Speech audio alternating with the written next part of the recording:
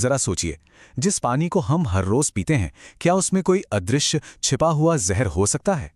आज हम बात कर रहे हैं यूरेनियम की, एक ऐसा प्राकृतिक तत्व जो चुपचाप हमारे स्वास्थ्य के लिए एक बहुत बड़ा खतरा बनता जा रहा है। चलिए मिलकर इस छिपे हुए दुश्मन की हकीकत को परत दर परत खोलते हैं। देखिए, यूरेनियम कोई फैक्ट्री से निकला हुआ केमिकल नहीं है, बल्कि ये हमारी धरती का ही एक हिस्सा है। ये चट्टानों में, मिट्टी में और यहाँ तक कि हमारे भूजल में भी कुदरती तौर पर मौजूद है। तो यहाँ एक बड़ा सवाल खड़ा होता है कि अगर ये इतना ही प्राकृतिक है तो फिर हमारे लिए खतरनाक क्यों है? और यही वो पहेली है जिसे हम आज सुलझाने वाले हैं। आखिर कैसे एक प्राकृतिक तत्व हमारे शरीर के अंदर जाकर एक साइलेंट किलर बन जाता है? इसका जवाब विज्ञान की गहराइयों में छिपा है। तो इस पहेली को सुलझाने के लिए हमें सबसे पहले विज्ञान का सहारा लेना होगा। चलिए सबसे पहले यह समझते हैं कि जब यूरेनियम हमारे शरीर में दाखिल होता है तो यह असल में करता क्या है। तो होता क्या है? इसका रास्ता बड़ा सीधा सा है। हम इसे दूषित पानी या खाने के जरिए अपने अंदर ले लेते हैं।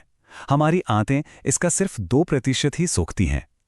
सुनने में तो ये बहुत कम लगता है ना?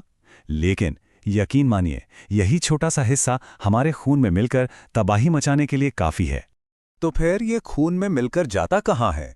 इसका सबसे पहला और सबसे बड़ा निशाना बनती हैं हमारी किडनियां, यानी हमारे शरीर का फिल्टर प्लांट। पर बात यहीं खत्म नहीं होती।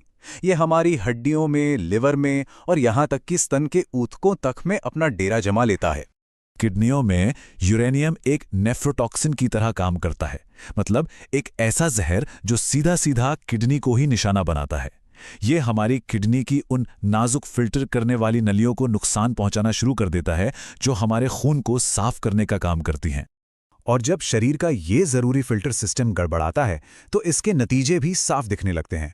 लगातार थकान रहना, शरीर में सूजन आना और पीठ में एक ऐसा दर्द जो कभी जाता ही नहीं, ये सब इस बात के संकेत हैं कि अंदर कुछ बहुत गड़बड़ चल रही है। अब जरा हड्डियों की बात करें। यहां तो यूरेनियम एक नंबर का धोखेबाज बनकर आता है। ये शरीर को धोखा देकर कैल्शियम की जगह खुद ले लेता है, जिससे हमारी हड्डियों की नींव ही कमजोर पड़ जाती है और फिर ऑस्टियोपीनिया और फ्रैक्चर जैसी परेशानियां सामने आने लगती हैं।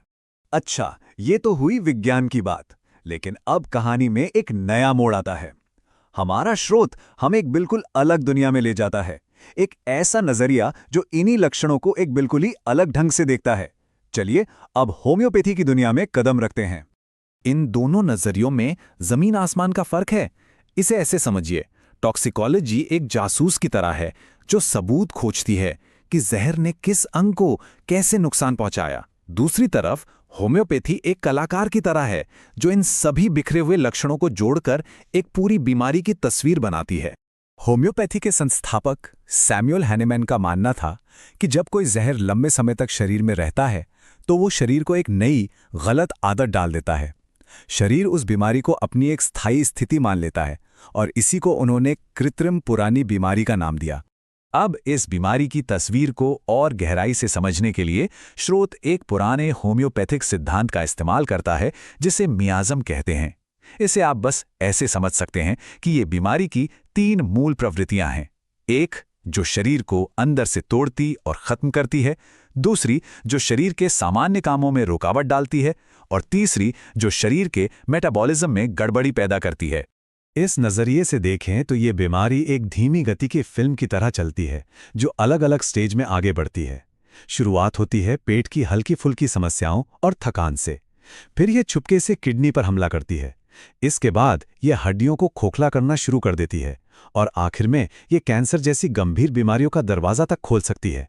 तो सवाल यह है कि अगर बीमारी की तस्वीर ऐसी है तो होम्योपैथी में इसका समाधान क्या है? आइए अब एक नज़र स्रोत में बताए गए उपचारों के टूल किट पर डालते हैं। सबसे पहला और शायद सबसे दिलचस्प उपाय है यूरेनियम नाइट्रिकम, जो आप यकीन नहीं करेंगे खुद यूरेनियम से ही बनता है। ये होम्योपैथी के उसी सिद्धांत पर काम करता है जैसे को तैसा। इसके लक्षण यूरेनियम पॉइजनिंग से हूबहू मिलते हैं। शरीर का लगातार कमजोर होना, किडनी की समस्याएं और हड्डियों में दर्द। अब लिस्ट में अगला नाम है आर्सेनिकम एल्बम का। ये दवा तब तस्वीर में आती है जब शारीरिक लक्षणों के साथ साथ मानसिक लक्षण भी बहुत ज्यादा हावी हो जाते हैं, जैसे शरीर में जलन वाला दर्द, तेज बेचैनी और अपने स्वास्थ्य को लेकर हर वक्त चिंता में डूबे रहना। फिर आता है प्लम्बम मेटालिकम। इसकी जरूरत तब महसूस होती है जब शरीर धीरे धीरे जवाब देने लगता है। मांसपेशियों में जबरदस्त कमजोरी, नसों से जुड़ी समस्याएं और जहरीले असर की वजह से बालों का तेजी से झड़ना, ये सब भारी धातु की विषाक्तता के क्लासिक लक्षण हैं। और आखिर में है कल्केर या फॉस्फोरिका। इसका मुख्य काम है शरीर की नींव यानी हड्डियों को फिर से मजबूत करना। ये उपाय खासतौर पर उन बच्चों के लिए अहम हो सकता है जिनका विकास इस जहर के कारण रुक गया हो और जिनकी हड्डियां कमजोर हो गई हो। तो आज हमने एक ही समस्या के दो बिल्कुल अलग अलग चेहरे देखे, एक वैज्ञानिक और दूसरा होम्योपैथिक। ये हमें एक बहुत बड़े सवाल पर लाकर खड़ा कर देता है।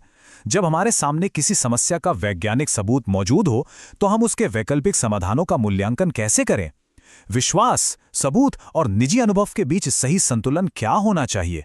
ये एक ऐसा सवाल है जिसका जवाब हम सभी को अपने अपने लिए खोजना होगा।